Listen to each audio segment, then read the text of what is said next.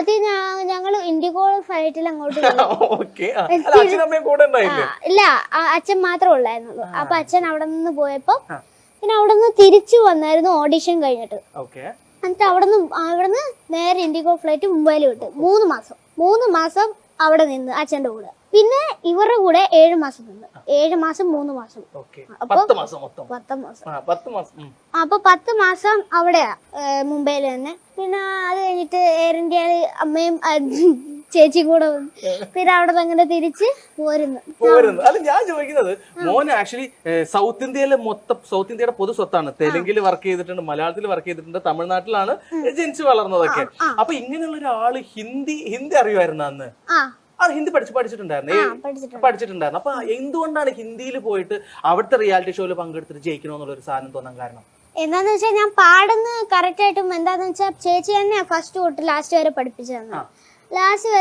തന്നപ്പോ ചേച്ചി എന്നെ സപ്പോർട്ട് ചെയ്തെല്ലാം കഴിഞ്ഞു. ഗ്രൂമേഴ്സും സ്കെയിലും ടെമ്പോ ഒക്കെ ചെയ്യാൻ വേണ്ടിട്ട്. അപ്പം അവരൊക്കെ ഇങ്ങനെ പറഞ്ഞിട്ട് നമ്മൾ പറഞ്ഞു തരും, എങ്ങനെ ചെയ്യണം, അങ്ങനെ ചെയ്യണം, അങ്ങനെയൊക്കെ പാട്ട് പഠിച്ചിട്ട് അങ്ങനെ ചെയ്ത് പിന്നെ അത് ഇതാക്കും. പിന്നെ അത് ഷോ പാടും. പിന്നെ അത് കഴിഞ്ഞു, പിന്നെ ഇത് കഴിഞ്ഞു, പിന്നെ 3ാമത്തെ കഴിഞ്ഞു, 4ാമത്തെ കഴിഞ്ഞു, അങ്ങനെ പോകും. പിന്നെ ലാസ്റ്റ് വരെ എത്തിച്ച് ഞാൻ വിന്നറായി. അങ്ങനെ ഞാൻ ഓർത്തേ ഇല്ല ഞാൻ വിന്നറാവും. ഒരു ഓളത്തിൽ ഇങ്ങനെ പോയി, ഒരു ഫ്ലോയിൽ ഇങ്ങനെ പോയതാണ്. ഫ്ലോ കൂളായിട്ട് ഇങ്ങനെ ഫസ്റ്റ് ഒരു ദിവസം കിട്ടും, അപ്പൊ ഒരു പാട്ട് കിട്ടും, 2 ദിവസം പഠിക്കാൻ കിട്ടും. ഇങ്ങനെ കൂളായി ഫുള്ള് ഒരു കളറായി. അങ്ങനെ എത്തിയപ്പോ ഞാനിവിടെ ഫൈനൽ വിന്നർ ആയിരുന്നു. ഞാൻ ആലോചിക്കുന്നത്, ഒരു 7 വയസ്സുള്ള ഒരു കൊച്ചാണ് എന്റെ മുമ്പിൽ ഈ ഒരു ആറ്റിറ്റ്യൂഡിൽ ഇങ്ങനെ കൂളായിട്ട് കാര്യങ്ങൾ ഡീൽ ചെയ്യുന്നത്. ഒരു ഗസ്റ്റിനെ കിട്ടുമ്പോ ഞാൻ ഇവിടെ പെടുന്ന പെടാപ്പാട് എനിക്ക് എന്താന്ന് ഇതിന്റെ പ്രൊഡ്യൂസർക്ക് മാത്രമേ അറിയുള്ളൂ. ഈ ഒരു സംഭവം എങ്ങനെ ഭയങ്കര എനർജറ്റിക് ആണോ മോൻ? അത് വീട്ടില് ചേച്ചിയായിട്ട് ഭയങ്കര വഴക്കും, ഈ ഒരു കാരണം ഭയങ്കര വഴക്കും അങ്ങനെയൊക്കെയാണ്? അത് ഭയങ്കര സ്നേഹത്തിലാണോ?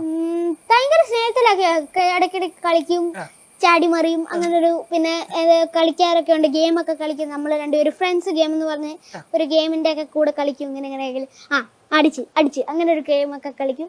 അങ്ങനെ ഒരു സ്നേഹമുണ്ട്. വഴക്കും കാര്യങ്ങളൊന്നുമില്ല. ഏറ്റവും വലിയ സപ്പോർട്ടർ. അതെ, ചേച്ചിയും അമ്മയും ചേച്ചിനെ ഞാൻ ഇവിടെ പ്രതീക്ഷിച്ചതായിരുന്നു. ചേച്ചി എവിടെ പോയി? ചേച്ചി ഇന്ന് സ്കൂളിലാണ്. എന്താന്ന് വെച്ചാൽ ഇന്ന് വരാന്ന് ഓർത്തിരിക്കുവായിരുന്നു. പക്ഷെ ഇന്ന് സ്കൂളാ.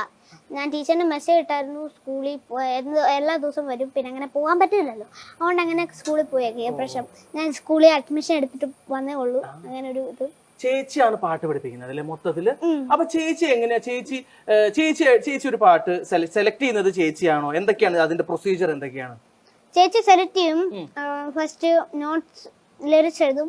പിന്നെ അത് കഴിഞ്ഞിട്ട് നോട്ട് പറയും. പിന്നെ അത് കഴിഞ്ഞിട്ട് എന്നെ പഠിപ്പിച്ച് കഴിഞ്ഞിട്ട് ഫൈനലിൽ പോയി പിന്നെ ഒരു ബാൻഡ് റിഹേഴ്സൽ അവിടെ ചെയ്യും.